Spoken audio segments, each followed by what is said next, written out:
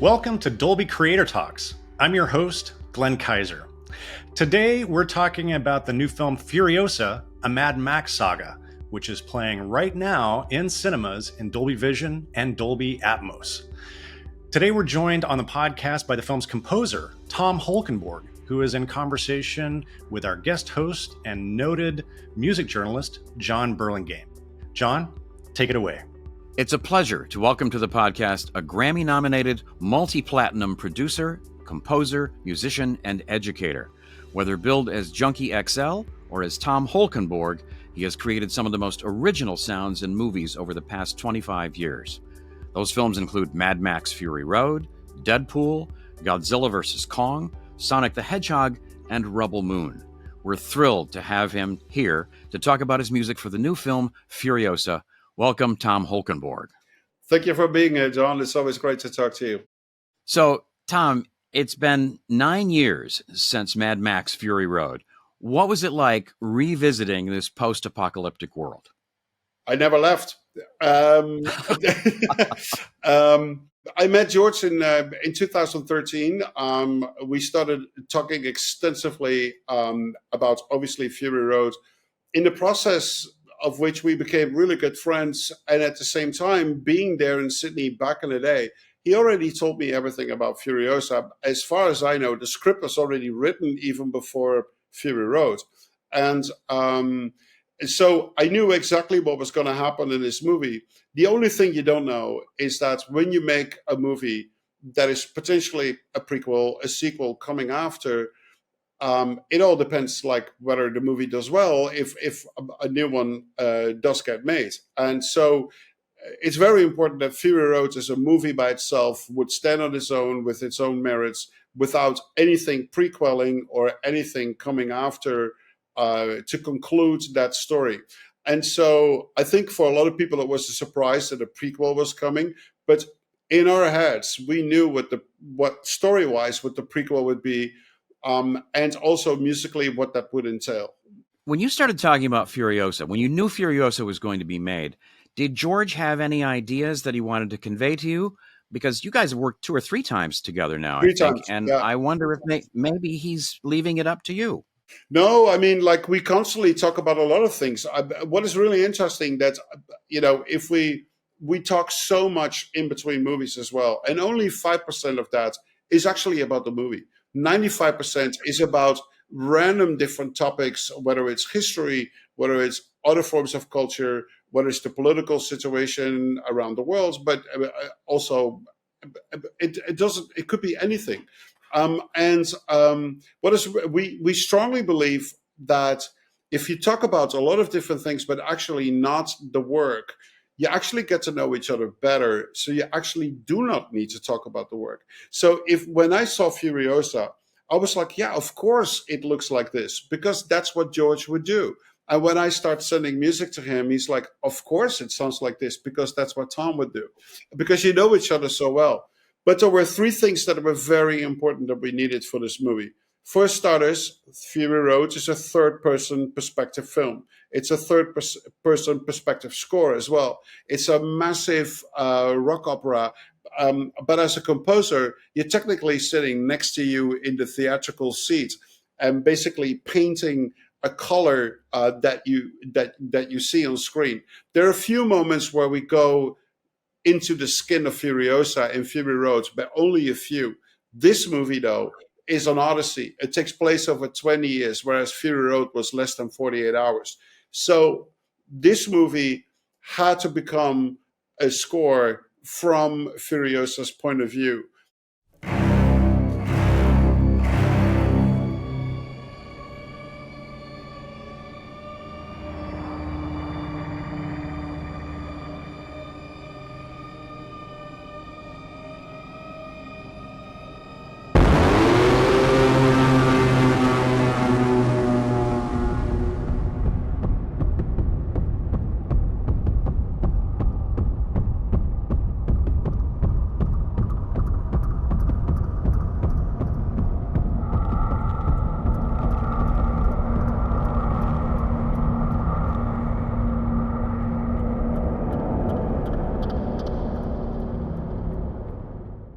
when she's talking about the green place in Fury Road, we hear a flourish of duduk with didgeridoo.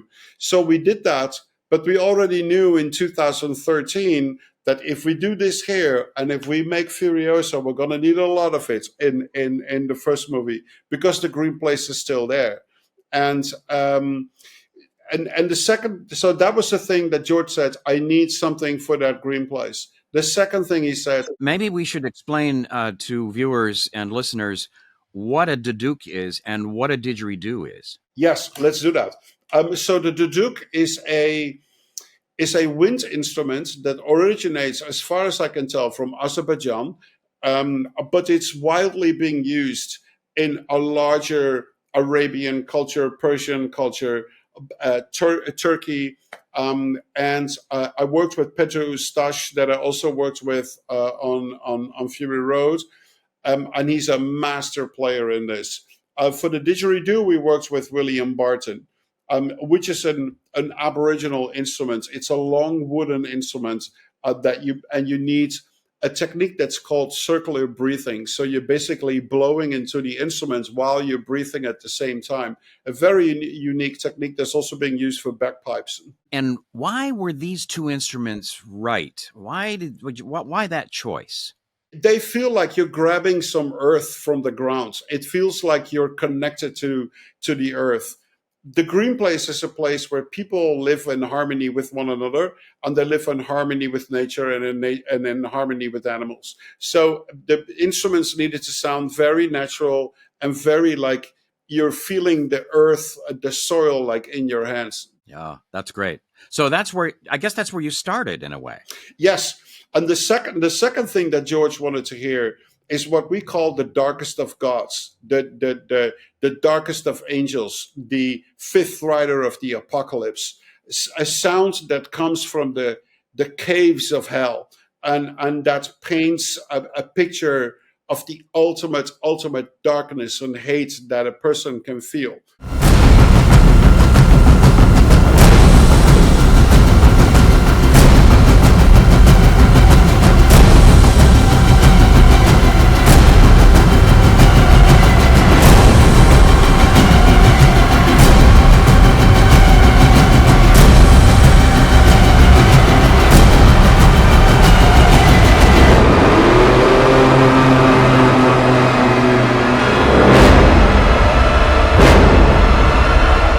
And the first time we hear it in the movie is when we see the main title. The second time we hear it is when Furiosa sees that Dementis is slaughtering her mother. But eventually, after she loses the arm, she becomes him. She becomes the hunter. He becomes the hunted. And she becomes so hateful, resentful, angry, with so much violence that needs to happen to get her retribution that she will never get. This beautiful line that Dementis says, there is no way to balance the scale of their suffering. He's quoting his own past.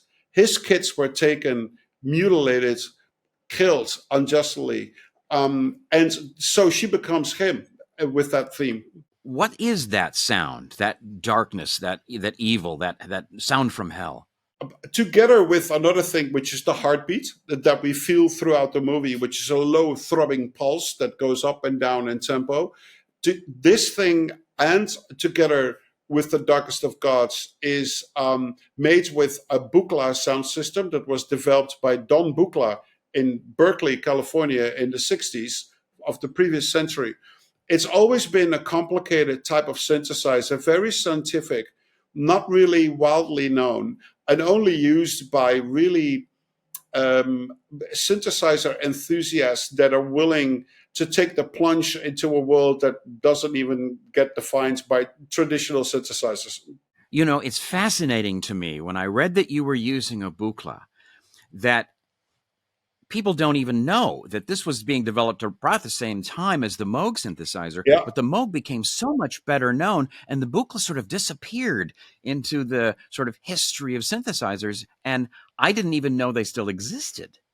Well, what is interesting, though, on a side note, is that in the 60s, early 70s, the world without internet and YouTube and whatnot, social media, they didn't even know about each other's existence. They met like somewhere in the half 70s. It's like, oh, you're Bob Moog. I hear you make synthesizers. Oh, you're Don Buchla. I hear you make a synthesizer. And so I'm not sure exactly how the story goes, but it's something along those lines. And But so you found the Buchla, and you thought the Buchla was the right way to find the right sound. I acquired it like a few years back, and I remember calling George and say, like, I have something so unique. I think we should really hone in on this for Furiosa. And what made it so special for me, not only using the Buchla, but also to find the right language for this film from a first-person perspective. But that was the fact that I was able to be one of the re-recording mixers on this film, being responsible to mix the final result of the film that now people will hear in the theater, alongside Rob Mackenzie, who is a very experienced sound design mixer. Isn't that unusual for a composer to also take on the mixing as well? I don't think it happens. I don't know a film that has been mixed by a composer, but I could be wrong. But at least in the years that I've been working in the film industry, you always have separate mixers that take care of that. But since I started as an engineer when I was really young, I've always done it. I've always mixed my own records and my own film scores. And to be now able to take this on with George and with Rob Mackenzie was just an amazing 8-week experience to really, get into the complete details. It's like, how do you want the music to sound? How is it going to be spaced in an incredible Dolby Atmos theater? And how are you using all the speakers? How much do you push the music? And how do you create perfect handoffs with the sound design and working in conjunction together? It was such a fascinating experience. Had you worked with Rob before, and how did the two of you work together? Because it seems like the sound is one thing and music seems like something very different, although we know they have to work together in concert. We started working together on 3,000 Years of Longing, which was the second movie I did with George, and it was the first movie for him. We did the same thing there. Even though in 3,000 Years of Longing, we're talking very traditional music, beautiful string melodies and beautiful duduk melodies, and sound design, things that are very, very subtle, a little bit of percussion, but not much. And now we're doing this movie together. So from the start, we would exchange files to one another. And there's so much music sound design done that almost crosses over, like in what he is doing. And so we needed to be in touch, like constantly. It's like, oh, you're doing this, I'm doing this. And then, so we were already super well prepared before we got to the final stage of the film. And then to be together again as mixers to then really like kick it in like in 8 weeks' time. It actually sounds like the way all movies should be done. So Tom, did you get to visit the set at all? No, I was not able to do that. Okay. It's like, that's the thing. Like if something is shot like locally, you could just like go around the corner. But as we both know, and not that many movies are being shot nowadays in California or on the studio. Like much of it is being produced elsewhere. What was really interesting is like when I was there to finish Furiosa, I found out that Planet of the Apes was also being done there. And so you meet, it's like, what are you guys doing here? It's like, oh, we're finishing Planet of the Apes. It's like, okay, great. And so he was shooting in Australia, but I was like locked in with work in Amsterdam at this point, working on two other things. So it was impossible for me to get on a plane for 34 hours and just be there for like a week or 2 weeks and then go back. So we were talking about approach to specific characters and ideas in the score. I wanted to ask you, does Dementis have his own music in any way or a sound identifier? or is it more general and more sort of mood setting? Everything is through her eyes. So when we see Dementors, we see how she sees Dementors, and she sees him as the perfect embodiment of evil. And it gets worse and worse as he gets out of control throughout the movie. She sees that, she witnesses that, and so that darkest of gods, the way that she sees him, at first you might think, oh, that's his theme, and then eventually she becomes it, and she takes it from him because she is becoming it. And so almost everything in this movie is like sound orientated, and it's interesting that this was done by explicit wish of George. Like, he only wanted to hear twice in a movie a melody, and he said the audience has to hear, they has to earn it. So we cannot do anything like that until she's finally in the cave with Praetorian Jack and her shoulders being hurt because of a knife stab, which is like an hour and 50 minutes into the film. That's the very first time that we hear a little bit of humanity, like a little bit of a melody, a little bit of harmony, and then it just disappears and it goes back into ultimate darkness and chaos. As with Fury Road, there are some pretty big action sequences here, involving, vehicles of all kinds, from motorcycles to big rigs. And I wonder, how did you treat those action sequences? And was it a different kind of style or attitude than it was on Fury Road? Completely. Again, because it's a first-person perspective. And so people have asked me during that massive action sequence of like almost 14 minutes, like right in the middle of the movie, that took 80 days to shoot, or 90 days. I forgot. It was a massive undertaking with stuntmen and whatnot. And people say to me, how come your first 6 minutes of the action sequence has no music at all? And I said, because we don't know that Furiosa is there. So if Furiosa is not there, it doesn't require music. It's just an action sequence. And then the moment when something happens, we go under the war rig, and we now see her trying to hold on. So if she's 16 years old and she's trying to hold on, witnessing all the chaos around her, she's not going to hear a massive brass ensemble in her head or a massive string ensemble. The only thing is a pulse of her heart is like, how do I survive in this craziness? What do I need to do to make sure that I'm alive at the very end of the sequence, not knowing how it's going to play out?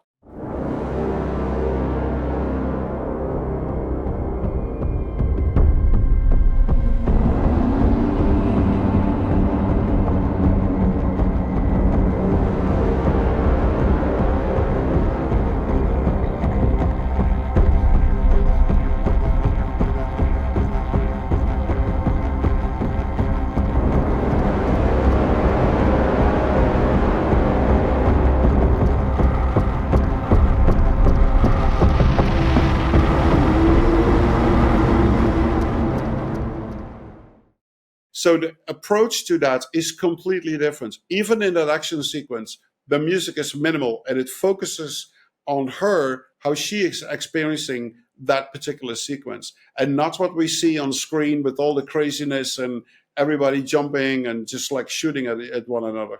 I know I'm fairly certain that I heard not only real strings, but I think some brass from time to time.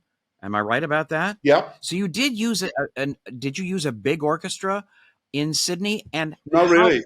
Okay, so just tell me how you used traditional orchestral elements as well.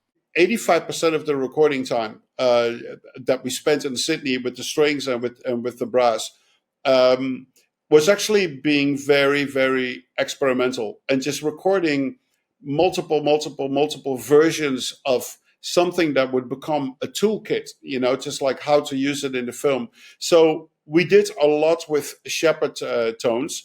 And for people that haven't heard this term, the shepherd tone is like a name I think somebody came up with in the 40s or the 50s, which is like an ever occurring rise. Like you don't know where it starts and you don't know where it ends. It feels like it's endless. It just keeps going. And it's a technique where you have like 30 string players or so, and they sliding up to the top, but individually in timing from one another, one violin might already start again, but his neighbor is still going. But then the neighbor is going down and start again. And the first one is already rising. But the people next to string player number 2, they're still going in the first round to the top. So they all take different timings in starting over again. And it feels like it's constantly rising. It never stops.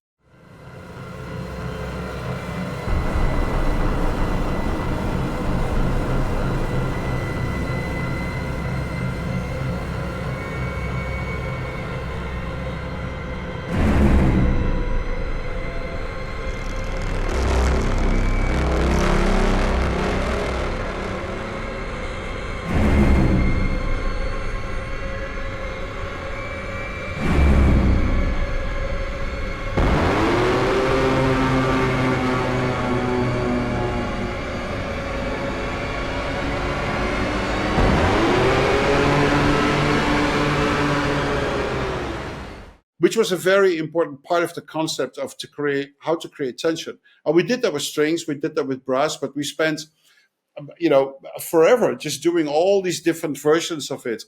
And other orchestral colors, a lot of experiments that have been done by great composers of the last century, like Arvo Pärt or Penderecki, very experimental notation, which means every time the orchestra plays, it's going to be different. It's never going to be the same, because you're going to direct, let's try a different version of this or that.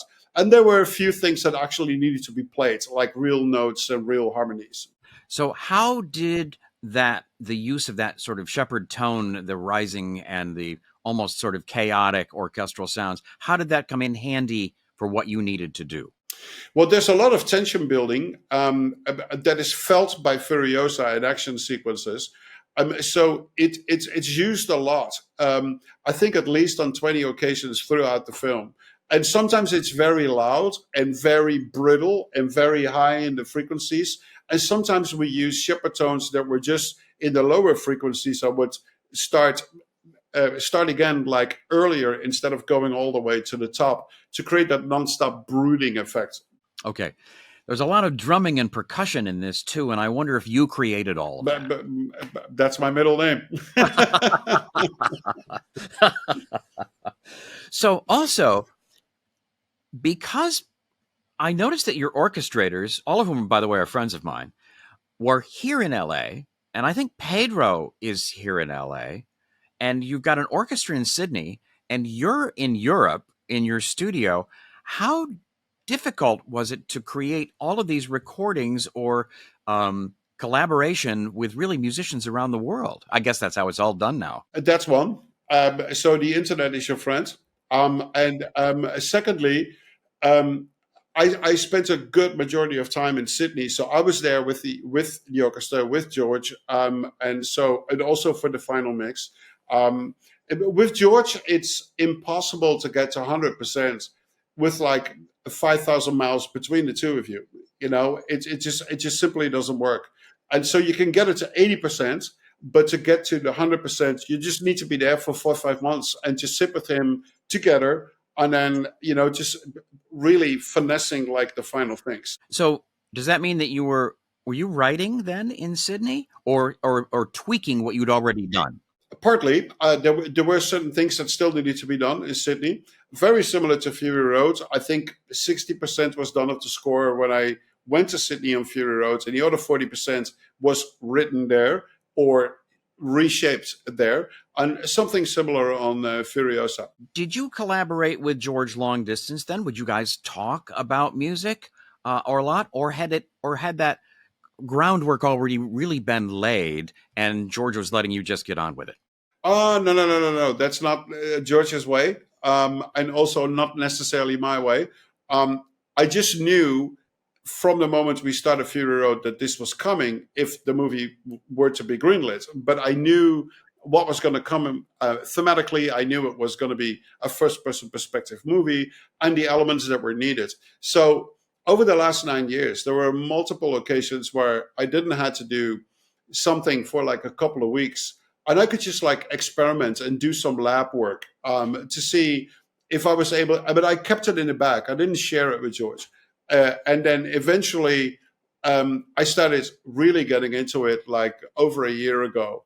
I just really worked like, to really get it what it needed to be until I got to Sydney and then finishing it with George right there. So how long were you on the project? This is the thing. Like, I mean, if you consider how many conversations we had about Furiosa during Fury Road, between Fury Road and 3,000 Years of Longing, you would almost say, like, I've been on the movie for 11 years. I have to ask you, there is a special moment, and on the album it's called Wives' Quarters. Yeah. And it seems to be all strings, a rare moment in the score, I think, where you don't hear any modern sort of electronics or sounds. Can you talk about that and why that was the right approach?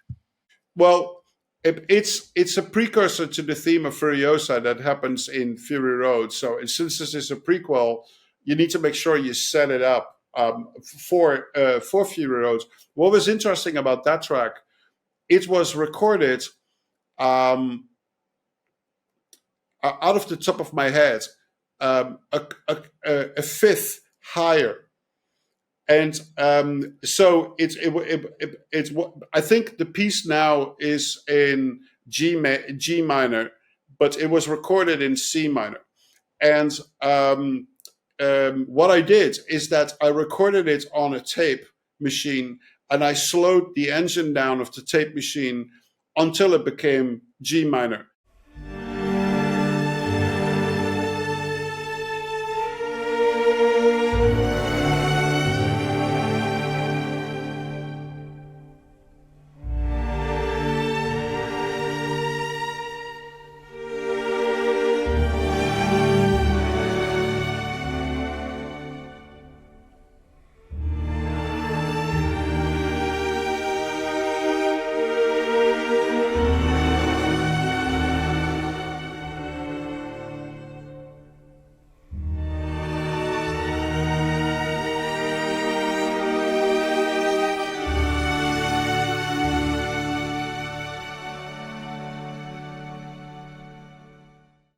It had such a unique quality to it. It almost sounds like a Russian French film noir movie from the 50s, like degraded sound quality and just more fuzzier and nicer. And I did the same thing on the very last track of the album with the History Man on top of it, where he's talking about what could have happened to Furiosa.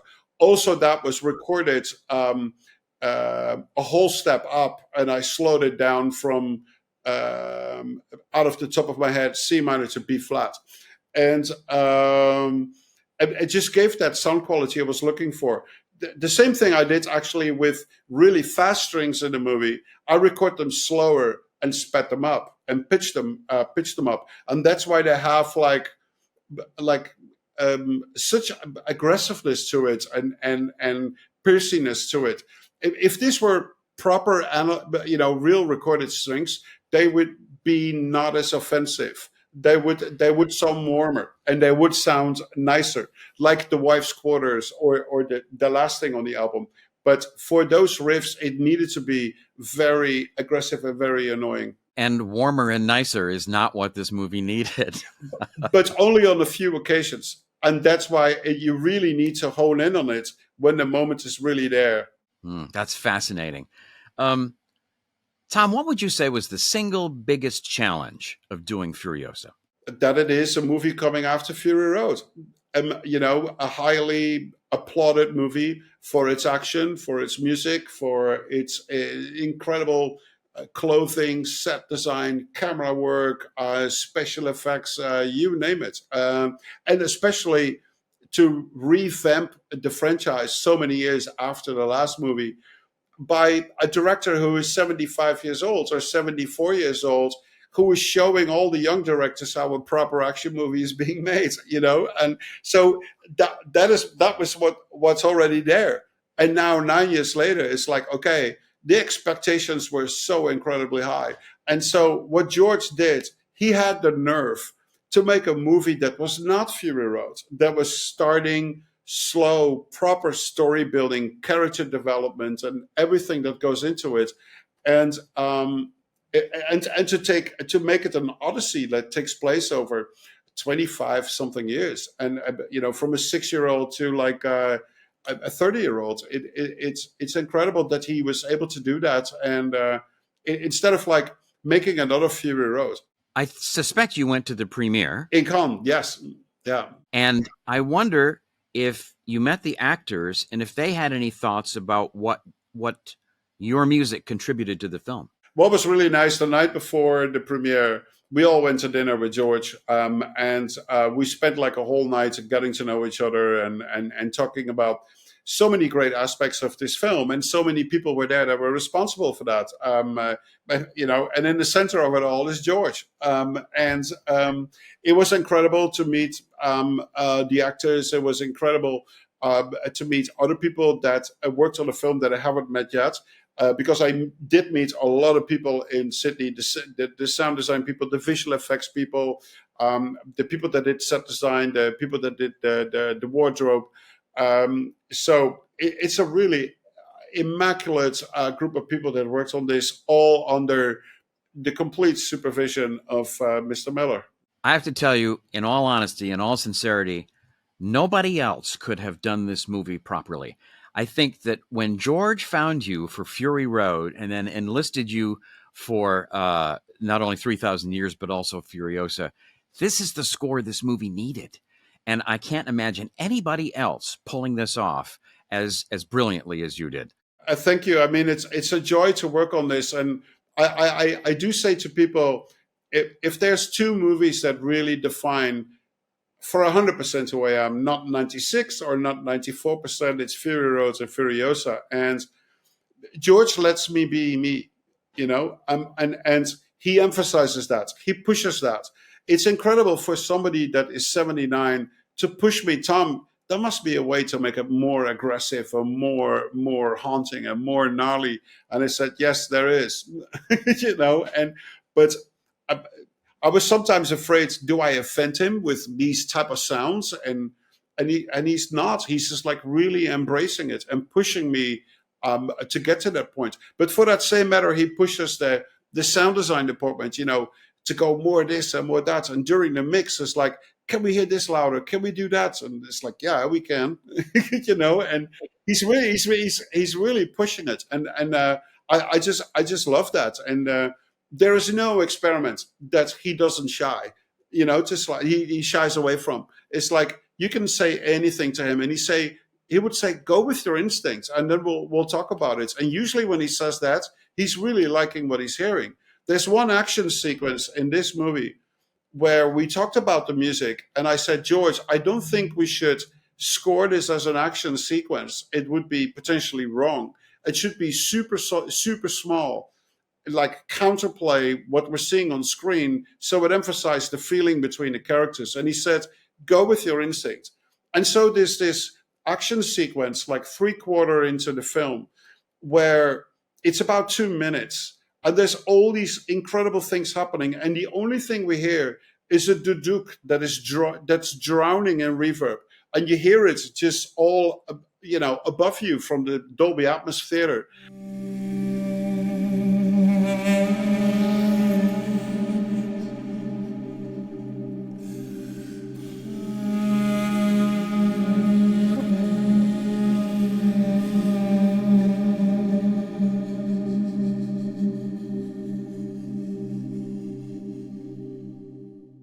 It tells the story so incredibly well, between the two characters. And when George heard it, he was like, that's what I wanted to hear. And then he started pushing it, but we need to do more of it, and we need to do this and that. And then when we're done with it, I'm just like, okay, George, you're the only one that, to get it to the finish line. And then he would say, how did you come up with that for that scene? Is because you are you, I said. Just like, because I know you wouldn't go for an action piece of music here. You wouldn't like it. It's like, so I was thinking in what you were already saying to me, but you hadn't found the vocabulary yet yourself, and because I know you so well by now. And so there were many moments like that.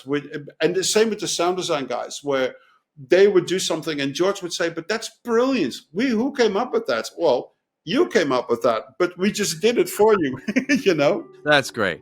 Well, Tom, I can't thank you enough for being with us today and talking about this. I love getting into the weeds of all of the sort of musical and sound effects related minutia. So great job. Thank you, Tom Holkenborg. Oh, thank you, John. It's always a pleasure to talk to you. Many thanks to Tom and to our guest host, Jon Burlingame, for that fantastic conversation. And an extra special thanks to our friends at Warner Brothers for setting this up. Be sure to check out Furiosa, a Mad Max Saga, now at a cinema near you in Dolby Vision and Dolby Atmos. And if you'd like even more conversations with artists, filmmakers, and composers about how they use technology to tell their stories, please be sure you are subscribed to us, the Dolby Creator Talks podcast. You can find links to our show on all the major podcasting platforms, including the video version on YouTube, in our show notes. Or you can simply search for Dolby wherever you get your podcasts. If you're curious to know more about the Dolby Institute, head on over to dolbyinstitute.com. There you will find information about all of our programs. You can access the entire library of episodes of this podcast, and you can sign up for our mailing list. Until next time, this is Dolby Creator Talks. I'm your host, Glenn Kaiser. Our producer and editor is Michael Coleman. Our executive producers are Amanda Schneider and Jack Ferry, with additional editing by Matt Nixon. And our production coordinator is Karen Marroquin. Thanks for joining us.